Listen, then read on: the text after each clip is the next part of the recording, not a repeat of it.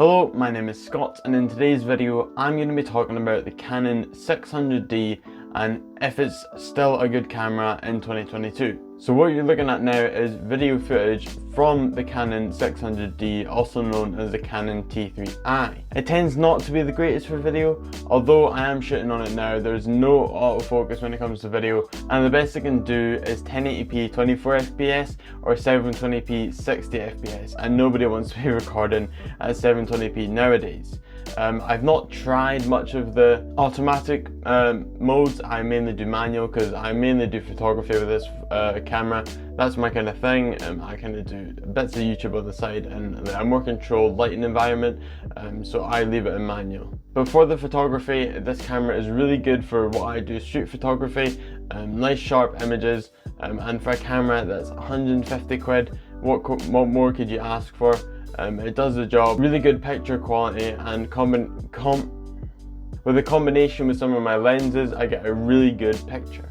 Something that is a bit of a disadvantage of the picture though is that anything with an ISO 160 or high 1600 I should say, or higher, you can start seeing noticeable noise and quite a bit of grain in the background and kind of darker areas.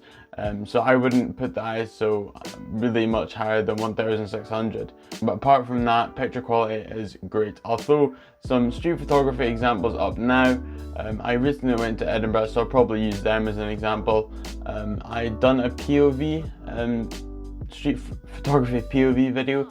I'll put a little card up on screen somewhere of that, so check that out if you do enjoy that sort of content. A big advantage with this camera is the Canon EF lens mount, because this is the main kind of mount for Canon cameras. All the lenses, majority of the lenses will fit this camera. Another disadvantage is the actual slow fire rate of the camera while taking photography. Like the burst mode is actually 3.7 frames per second, which if you're doing any sort of sports, like whether it be like a fast-paced sport like F1, or maybe it's just like football or rugby, you'll definitely have a bit of trouble. I actually did do some football sports photography. I'll throw some pictures up. I did manage alright, but you kind of have to time it more rather than just spray and pray, I guess you could say. If you are wondering how I got my Canon 600D or T3i footage to look how it does, I'll do a quick demo on my phone, and I'll show you guys how it's done. So this is my current view. There's the Canon 600D with a 17-40mm, I believe. But you have to remember the Canon 600D is a crop sensor, so it's like 1.6, 1.7 times crop. So that's more zoomed in than it would be. I have no idea how actually the true focal length it would be relevant to like a full frame sensor. But basically what I've got is a key light here shining. There's me on my kind of, what's that, left hand side of my face there. I've got the Canon in the middle, and then on, I don't know if you can see, right behind me I've got kind of a background light, as I don't know if it's working or not, but it's supposed to be like a rim light or a hair light to kind of separate me from the background. This isn't, obviously, like, I'm moving soon to college and stuff, so I'm not getting a professional like setup here. I'll make a more permanent setup when I move. I'll throw up some of the settings here. I'll see if you guys can see there. I've got 1080 by 1080p 24 fps. What's that, 50 shutter speed. You want your shutter speed to be double what your frame rate is, or closest to that as possible. I've got the aperture at 4, letting in as much light as possible. This isn't like a high quality lens, so it's only f4 is the lowest it goes. I've got ISO lowest it'll go with keeping the picture still exposed, which is at 200. And then what I actually do is you get these kind of remote shutters.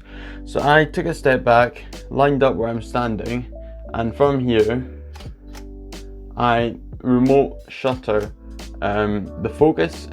So it's a bit of a hack, I guess, with the 600D, since you cannot autofocus during video.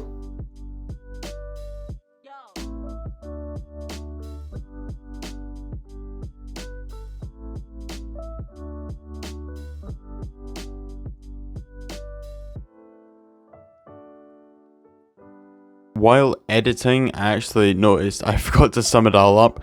So if you are in the market for a photography camera, maybe light video work, this camera would be definitely good for you if you've got a small budget, you're not willing to spend too much, and you maybe already have some Canon EF mount lenses already. This camera would be a good starting point for you if you don't want to spend much over 300 really. I don't really know any other cameras to recommend if you do have a budget above like the 300 mark, but I'm sure there's lots of other YouTube videos out there that will have a better understanding of what's worth your money out there. But thank you for watching, hope you guys enjoyed. If you did enjoy, check out some other videos. I've done an unboxing of a cheap action camera. I've done a few POV videos. I'm currently doing a challenge. I'm redesigning a movie poster every day for a whole year. That is more Photoshop and design based, but if you guys want to check it out, feel free, and hopefully I'll see you guys in a future one. Goodbye.